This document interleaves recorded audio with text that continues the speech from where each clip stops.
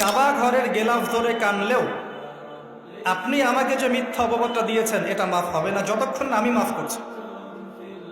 কথা কি বুঝতে পারছেন? মনে করেন আপনি আমাকে মিথ্যা একটা অপবাদ দিয়েছেন এবং ধুয়ে রেখে দিয়েছেন একদম মিথ্যা অপবাদ দিয়ে।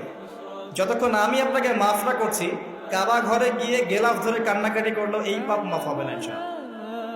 এই অবস্থায় মৌত হলে কি হবে? পরকালে দেখবেন আমি দাঁড়িয়ে আছি আপনার জন্য, আপনার হিসেব হচ্ছে, হিসেব শেষ।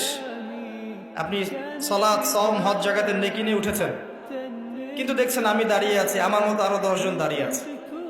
ওই 10 জনকে আপনি গালি দিয়েছিলেন, অপবাদ দিয়েছিলেন, তাদের গীবত করেছিলেন, তাদের সম্পদ ও সম্মানের হানি করেছিলেন।